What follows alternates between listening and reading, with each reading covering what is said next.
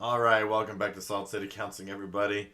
Once again, if you're new here, my name's Scott Carter. I'm a licensed therapist, and I hope everybody's doing good out there. This is my latest installment of Healing Narcissistic Trauma. I try to get these videos out on Sundays. The last couple of weeks, I've not been able to. Quite frankly, I got stuff going on. I've got a lot of. I just have a lot of my own stuff going on, man. I'm a person too, and quite honestly, like especially this last weekend. Sorry, my collar's bugging me. Um, uh, this last weekend, over this weekend, I had a lot of introspection. I was spending a lot of time in meditation, writing, and reading, and just resting and working to replenish myself. There's a lot of heaviness, man. It is. I can't describe to you what it's like right now, but being a therapist is never easy. But right now is especially hard. I was just doing a lot of reflecting, and I thought I might share some of it just in regards to sort of this week's installment of Healing Narcissistic Trauma, because I really believe it's relevant. And quite frankly, we I've kind of been reflecting on how strange the world has become, how strange society has become. I feel like now compared to like 5 years ago, it's just a completely different. Like it's bizarre how rapidly this has changed. How culture and society has changed. How we treat each other, human connection has changed. I'm really concerned about teen suicide, but that's nothing new. I've been concerned about teen suicide for years. It's really bad right now, but that's been true for years. I really wish more people would pay more attention to it. But me personally, right? Like, I've kind of been going through some stuff, and spiritually, I was reminded this weekend that, like, I really believe that life is kind of like this long, endless cycle of, of like death and rebirth. And the old self dies and new self comes in, right? Like the phoenix. Phoenix is an archetype of this, where death, rebirth, over and over and over again. I quote Charles Bukowski all the time.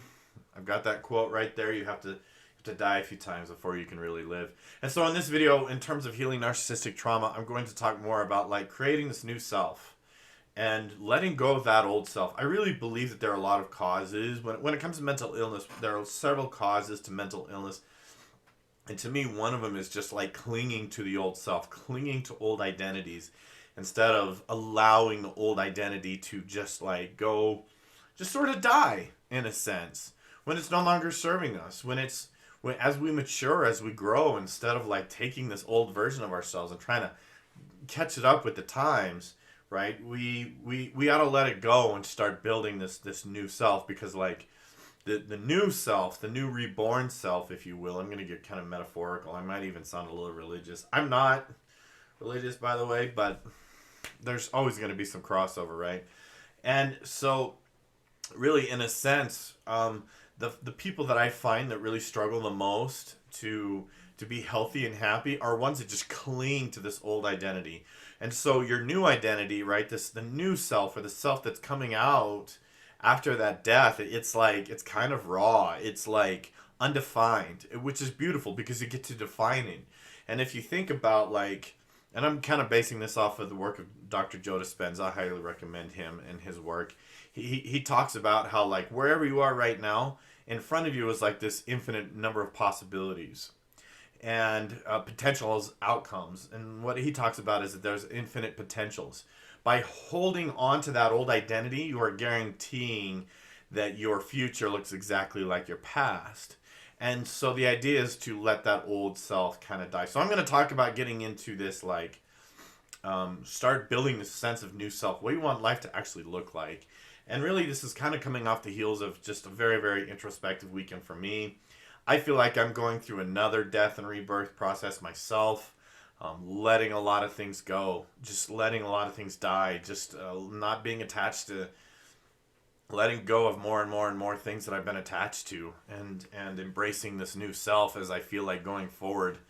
I'm looking at the camera, my collar's bugging me. Going forward in the future, I feel like this new self that I'm wanting to create and wanting to embrace, and as I work to define it, It's just, I believe I'm going to need it going forward, right? So, and in a sense, I feel like our culture, our society is going through that dying process in a very, very similar way. Like our culture, our society, our way of being, our way of interacting is dying right now. And I really think that's why there's so much chaos and so much uncertainty and so much weirdness going on, that I really feel like our culture and society in itself is also kind of dying. And the more that we cling to it, the more that we're attached to it, I think the more painful it's going to be. I really do. I mean, it's going to go the way of the dodo. It already is. And I think the more that we kind of cling to it, the more we're going to suffer. And I hate the term new normal, because I feel like there's sort of that sense that certain people get to define what our new normal is going to be. And I'm going to make the argument here that that's going to be up to you. Let me get some housekeeping out of the way, and we're going to talk about creating the new self, and having that rebirth a little bit. But if you haven't subscribed, I hope you will do so. If you have a viewer question, you can leave in a comment below. I do my best to get to viewer questions. I actually really like viewer questions. I feel like I've made some pretty decent videos just from viewer questions, so send them away. I welcome them. If you really like my content, hit the tip jar, please. Venmo, Cash App, PayPal, all those links are in the description below. If you're in a high conflict divorce or custody, I think a lot of people are. I've been getting a lot of calls for those lately, and I'll be honest, that is hard work. And I've been getting a lot of calls for that type of work lately, and I don't have the bandwidth right now. I just don't. It's very, very taxing. It is very demanding work. But go check out my website on that. It's still really bare bones. Hopefully I can get some more information, more content up there to give people some direction and some guidance in this regard. But I do have some courses, highconflictcommunity.com. So let's get on with this. Okay, I'm basing this again off the work of Dr. Joe Dispenza. He wrote several books. A couple of my favorites are Breaking the Habit of Being Yourself, and also You Are the Placebo. And he puts a lot of emphasis in that your future is unwritten, and there is infinite number of potentials. And as long as we cling to that old identity, we are guaranteeing more of what we've always had. And I've already said that, but it bears repeating. Because really think about it. How often do we uselessly mull over the stuff that's keeping us stuck? Right? But it's like if you tell someone a principle, it's like, oh, I already knew that. You already told me that. And it's like, so repeat it over and over and over again. You have to repeat the right messages to yourself over and over and over again. So as you think about this new self, okay? Oh shoot, I wish my notebook's not here. I'm going to try and wing it off the top of my head just because I don't have time to redo this today. I got to get to the office soon. But start writing down different areas of your life and what you want those areas of your life to be. For example, work. What do you want your work and career life to be like? You're in your ideal scenario. What changes would you like to make? If narcissistic trauma is something that keeps you stuck and trapped, what would you do with yourself if you no longer had those limitations, if you no longer had those barriers, right? So think in regards of that. What would I do if I wasn't afraid? What would you do if you weren't afraid in terms of your work and career, your money and your finances? What would you do for fun if you weren't afraid? What would your relationships look like? What would you want personally for yourself? Your health and your fitness, all of these areas, right? Your friendships. What do you want all these areas to look like? So get out your notebook, right, and start constructing this idea. Who it is I want to be. And again, I'm stealing this from Joe Dispenza, but shamelessly, I'm going to give him credit where credit is definitely due. He's definitely one of my personal favorites. Like, fall in love with this new sense of self, this self that's free. Because really, like, narcissistic trauma keeps you stuck, keeps you imprisoned, really mentally imprisoned, keeps you from doing things. And so start writing down. This is your homework. Write down, what do I want these areas of my life to look like in 6 months and in a year, maybe 2 years, right? And I ask this question a lot to my therapy clients, and the common response that I get from them is, I don't know. I've never thought about it. Well, it's time. It's time to start thinking about it. What do you want your future to look like? And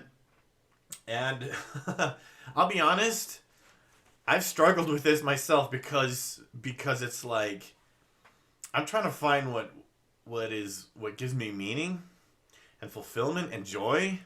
And it's where it's like, yeah, it'd be nice to have that Lexus, but that's not going to make me, that's not going to give me joy. You know what I mean? But I'm not trying to convolute the process. There's a growing process. So just start writing down, man. Just start writing down, what do I want to look like? What emotionally and mentally, who do you want to be? What types of traits do you want to emulate? Do you want to be unafraid? Do you want to be more confident? Do you want to be more comfortable in your own skin? What does this look like? Start writing it all down, okay? And so you're more likely to let that old self die when you have an idea or a goal of where it is that you want to land. Okay, so there's your homework for the week. Go do that. Thank you for watching. Don't forget to subscribe if you haven't already. We'll see you in the next one.